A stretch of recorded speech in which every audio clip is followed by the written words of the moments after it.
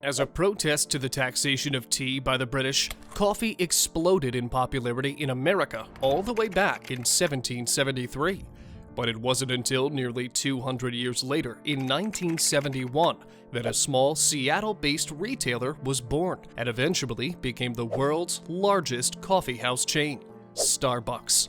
Although the company was established by three friends, it was an outsider, a young, impoverished individual from Brooklyn, who transformed Starbucks into a multi-billion-dollar business.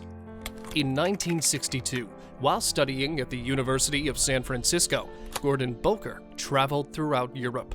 In Rome, he tried a cappuccino at a local cafe and was instantly captivated by its unique and unforgettable flavor. At the time, Americans primarily consumed instant coffee out of cans or over-roasted coffee from local diners. Upon returning to the US, Gordon dropped out of university and relocated to Seattle. To satisfy his insatiable coffee cravings, he would drive to Vancouver, British Columbia, to visit Murchie's, a shop specializing in coffee beans and roasting, which was a far cry from the bland coffee he could find locally.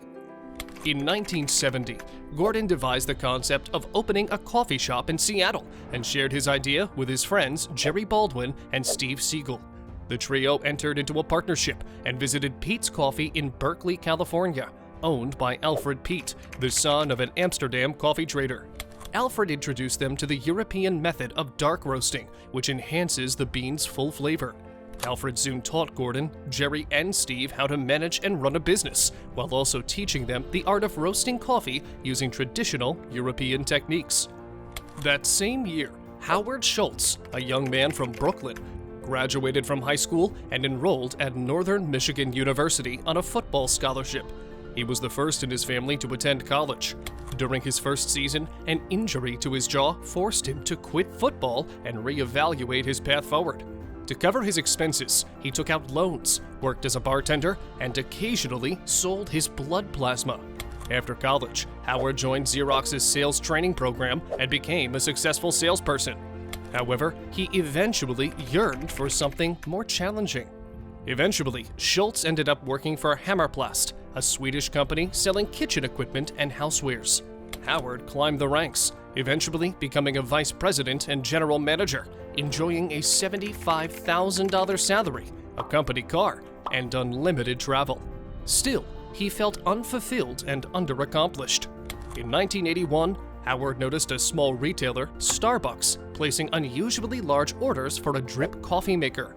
Starbucks had only 4 stores at the time, yet their orders exceeded those of Macy's, one of the world's largest department stores. Intrigued, Howard visited Seattle for the first time to learn more about Starbucks. At their original Pike Place Market store, he sampled their coffee and became instantly hooked.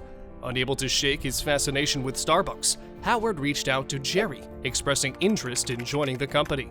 Although Jerry was intrigued, his partners were hesitant about bringing in a high-powered New Yorker who knew nothing about the coffee business.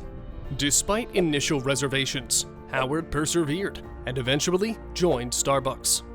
In 1983, after a year with the company, Howard attended an international houseware show in Milan. There, he discovered espresso bars and was captivated by the entire end-to-end experience. He realized that Starbucks was missing out on the heart and soul of coffee by only selling coffee beans, not serving it by the cup. Upon his return to Seattle, Howard shared his vision with his bosses, but they were skeptical, arguing that Starbucks was a retailer, not a restaurant or bar.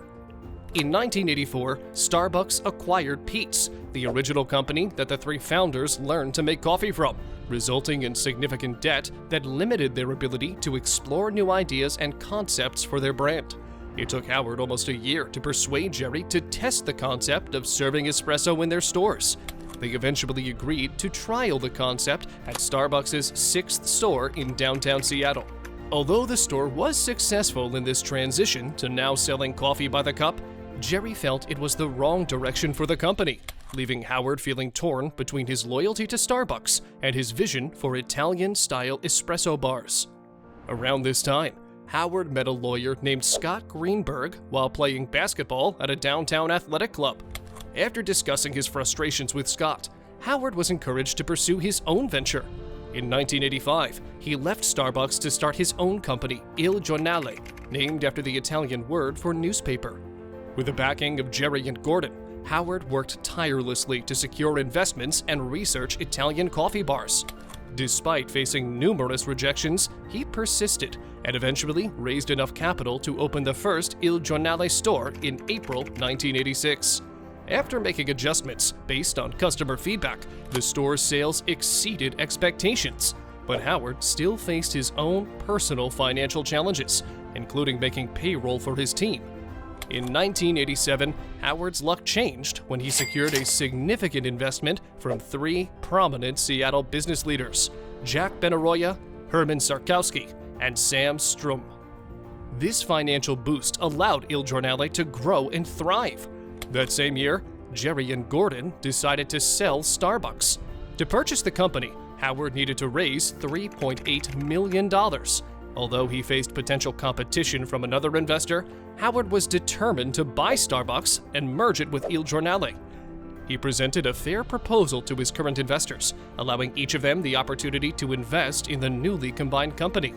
Moved by Howard's integrity and vision, his investors backed him, and within weeks, he raised the $3.8 million needed to purchase Starbucks. On August 18, 1987, the business was purchased, and the modern Starbucks was born. Howard's memoir reflects on the many challenges and critical moments faced in the pursuit of his dream. It emphasizes the importance of remembering one's values, being bold yet fair, and persevering through adversity. Howard's journey demonstrates that with integrity, determination, and the support of others, even the most ambitious dreams can become reality. From its humble beginnings as a small Seattle coffee bean retailer to its transformation into the world's largest coffeehouse chain, Starbucks' extraordinary success story is a testament to the power of vision, perseverance, and unwavering dedication to one's passion. As a global phenomenon, Starbucks' $32 billion in annual revenue in 2022 is truly an outstanding testament to the journey of Howard Schultz, the poor kid from Brooklyn who rose to become the driving force behind Starbucks' global dominance.